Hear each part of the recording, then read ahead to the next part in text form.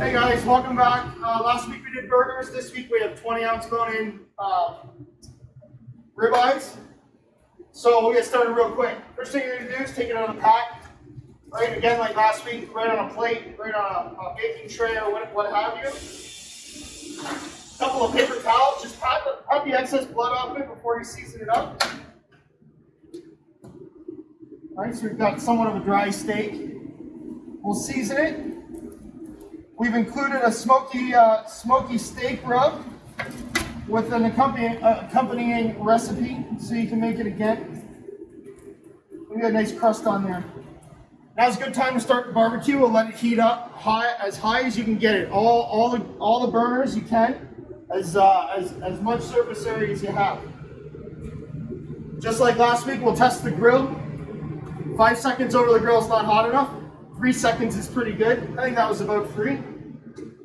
So what we'll do, because we have such a huge surface area and you're going to have your entire grill to work with, take the steak. Again, like last week, we're going to cross hatch it on both sides. But with this one this week, what you do is when you put the steak down, just give it a nice little press into the grill. I'll guarantee you get some really nice grill marks in there. So we'll let it grill up and then we'll move on to the next step.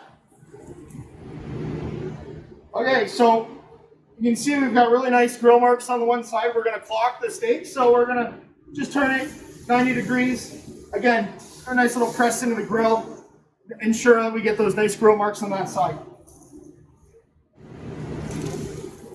You can see we got that nice crosshatch pattern. Flip it over, we'll do it on the other side. But what we're going to do is find a nice hot spot on the grill.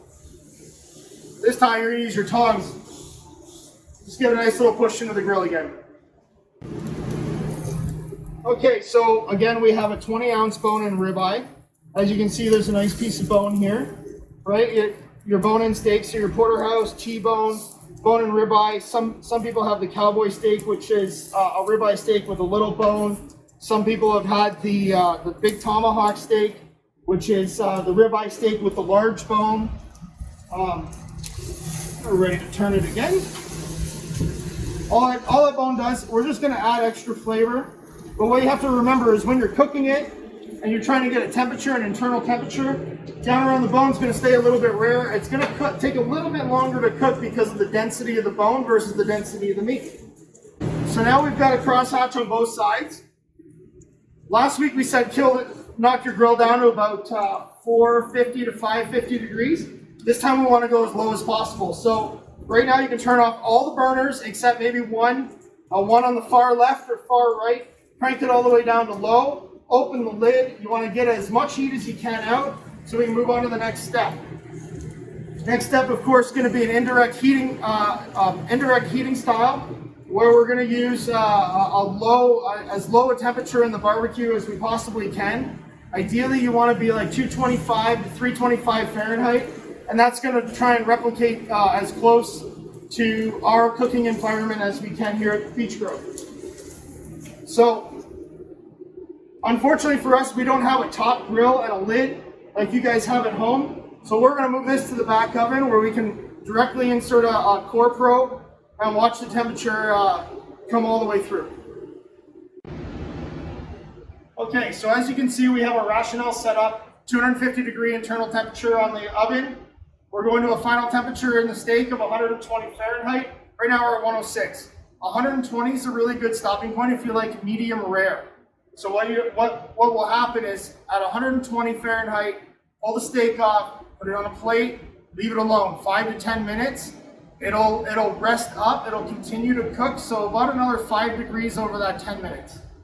So we've been checking the steak constantly on the barbecue for every couple of minutes till it's hit a final internal temperature of 120 degrees. And where we want to put that thermometer is almost in the center, but just a little bit off, and more towards the bone. Because remember, when closer to the bone, it'll take a little longer to cook because of the bone density. So, as you can see, it's at 122. We took it off at 120, and as it rests, it's going to come up in temperature, right? It's going to continue to cook. We're looking for a final temperature on this steak of about 125 degrees. That'll give us a really nice medium rare. So patience is key. And when you're done being patient, it's all rested up, you'll be ready to carve it. Okay, so our steak's rested. We've hit that 125 internal temperature. We're ready to carve it up. So at this point, grab a knife. I like a scimitar. I like big sharp knives. We're going to take it off the bone, put right down the bone line. Take the bone, put it on the plate, real nice, pretty. You're just going to take the steak, do a couple of things. Sometimes I like to take the top off, that's my favorite part. But for this one today, we're just going to cut it nice. Right across the steak.